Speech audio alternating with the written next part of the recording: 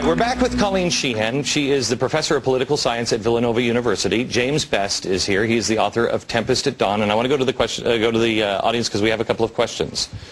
Go ahead. Yeah, I'm reading the Federalist Paper number 10, and in it he outlines, Madison outlines, how it's important to put factions and insurrection to bay. And the first thing he says is, well, it's easy if you get rid of the liberties that give them the life, but you absolutely can't do that. And I think that's something ironic today, because we're losing certain liberties. It is amazing. I was thinking if, because I think there's a lot of people in America on both sides of the aisle that just are not going to sit down. And God help us if they ever get violent and things could spiral. It requires somebody like an Abraham Lincoln that would suspend liberties and then give them back. But that's a 1 in a million fine. You know, to have somebody to quash like that, you just don't do that. That's really dangerous. How does this system work when you have people gaming the system, playing the system, in the system? Is there any kind of escape hatch or a way to, without violating liberties? Is there anything to do, or is it all just public morality? Well, I mean, I think public morality is not a just, not a merely. It's everything. It's everything. Madison once said, and Lincoln said something very similar later on, public opinion, Lincoln said, is everything. Without it, nothing can succeed. With it, nothing can fail. He who molds public opinion goes deeper than he who enacts statutes and legislation. He makes those statutes and legislation possible. It really is a government by the people.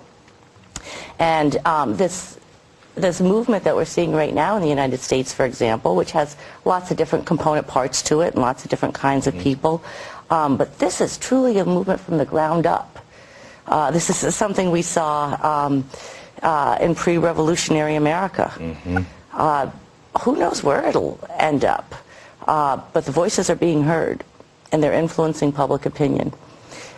You mentioned in Federalist 10, which I'm really glad to hear that you're reading, but Madison said there's two ways to deal with the problem of faction. Remove the causes or control the effects.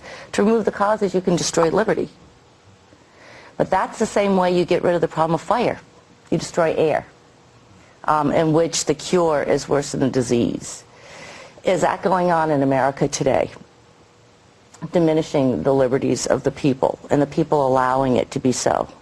Unfortunately, yes, but there are a number of people now standing up and saying, that's enough of that. We are taking back our government, and I applaud them. Let me go up to the top here. Go ahead. Yeah, did faith ever play an important role in James Madison's life, as in when he had to make a decision? Yes, faith was something very constant throughout his entire life. His teachers, when he was young, were both ministers and in college. And prior to putting together the Virginia plan, which he brought to Philadelphia, he was in constant communication with Reverend Dr. John Witherspoon. Witherspoon. Yeah, Witherspoon. And he was getting advice from them. He constantly was pushing for religious freedom. But to him, religious freedom wasn't separation of church and state. It was the government staying out of religion.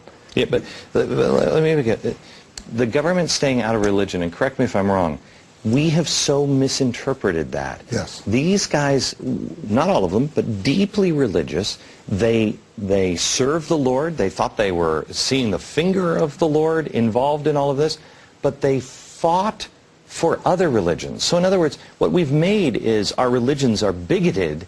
You stay out of all religion because you're too bigoted. Christians are too bigoted to this. Some Christians even back then were bigoted. But all of these guys stood up for religions they didn't attend, they didn't agree with, but they stood up and said, you have a right, as long as you don't break my leg or pick my pocket. What difference does it make to me? Freedom of conscience. Yeah.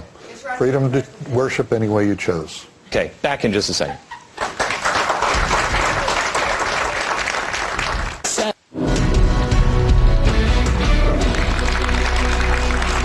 Okay, America, here's what I'd like you to do. I'd like you to get online. I'd like you to buy this book.